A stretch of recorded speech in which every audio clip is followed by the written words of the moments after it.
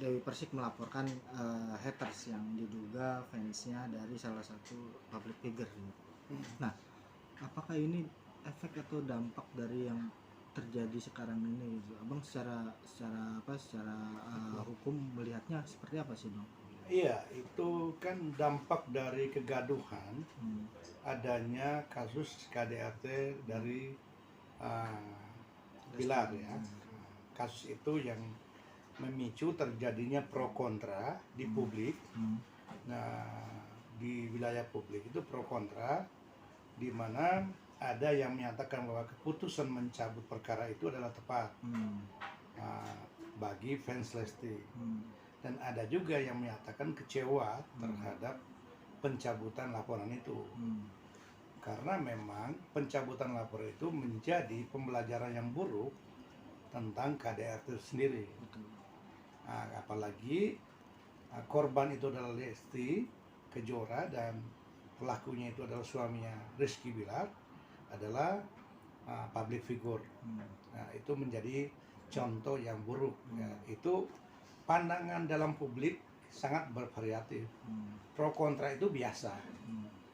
Hanya sekarang publik dituntut dalam memberikan muatan-muatan informasi itu harus lebih cerdas supaya tidak berdampak kepada unsur-unsur tindakan pidana.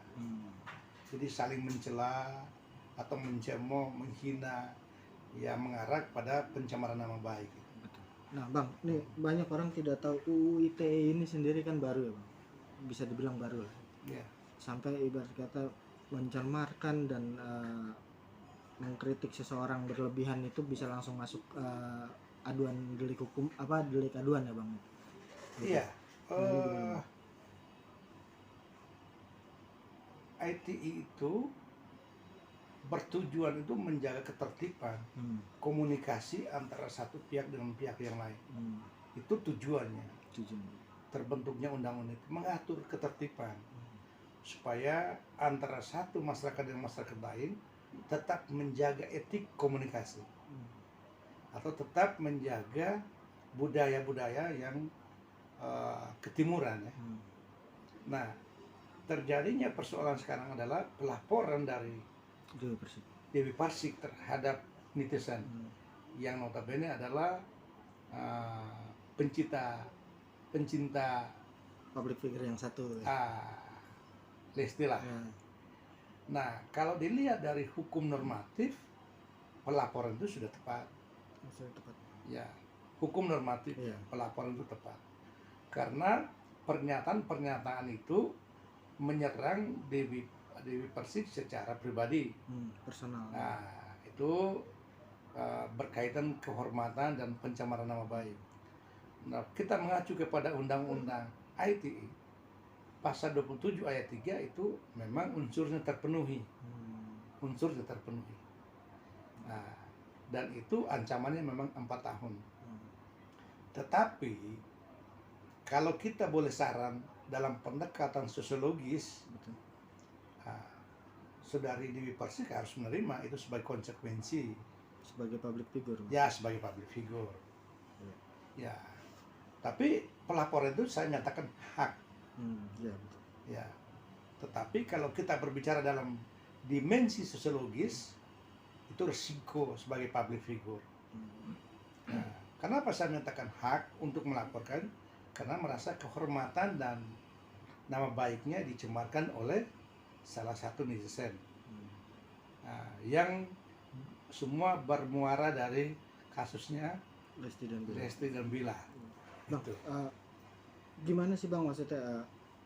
Ini kan pasti yang namanya hukum itu ada koridor-koridor dan batasan-batasannya gitu Bang.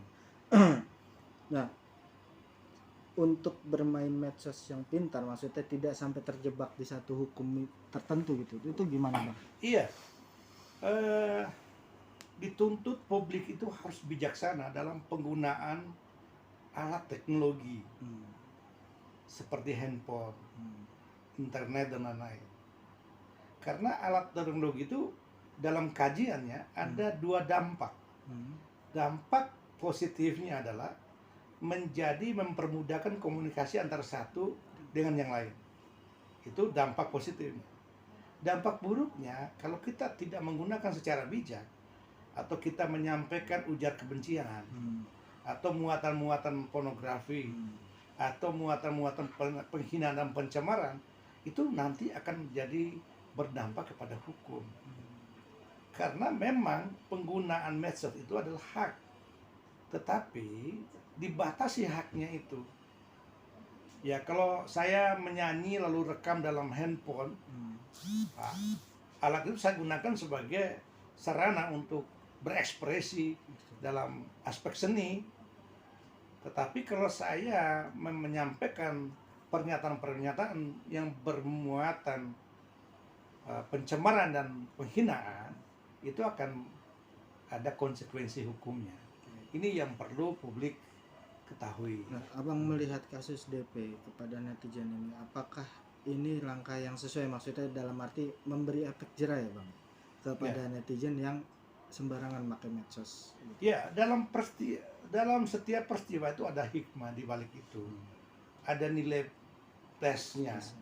Setidak-tidaknya masyarakat tahu bahwa dampak dari memberikan distribusi, transmisi, memberikan muatan yang bersifat penghinaan dan pencemaran itu adalah ada hukumnya. Nah, ini adalah menjadi satu catatan penting dan pembelajaran yang penting bagi publik. Nah, itu yang paling penting, karena memang kembali kepada tadi, dampak positif dan negatif terhadap teknologi itu. Nah, sekarang bagaimana cara penggunaannya? Kita kasih analoginya begini. Kalau di handphone ini saya berhubungan dengan orang lain, berteriak-teriak atau berbicara apa saja boleh, itu tidak melanggar hukum. Tapi kalau saya berbicara tentang korupsi dengan pihak lain, maka berpotensi disadap oleh KPK. Maka kita jatuh dalam peristiwa hukum itu karena dengan alat yang bodoh ini kan begitu. Jadi tergantung Ya, pemakaiannya. tergantung seperti apa? pemakaiannya. Gimana Ya. Jadi barang ini sangat sederhana, tetapi dampak negatifnya juga banyak, dampak positifnya juga ada. Jadi sangat tergantung pemakai. Ini selera saja. Kita mau bunuh diri dalam teknologi ini, atau memang kita gunakan secara bijak, Memanfaatkannya ini dengan sebagai alat komunikasi, mempermudahkan konfirmasi maupun komunikasi kita dengan pihak lain.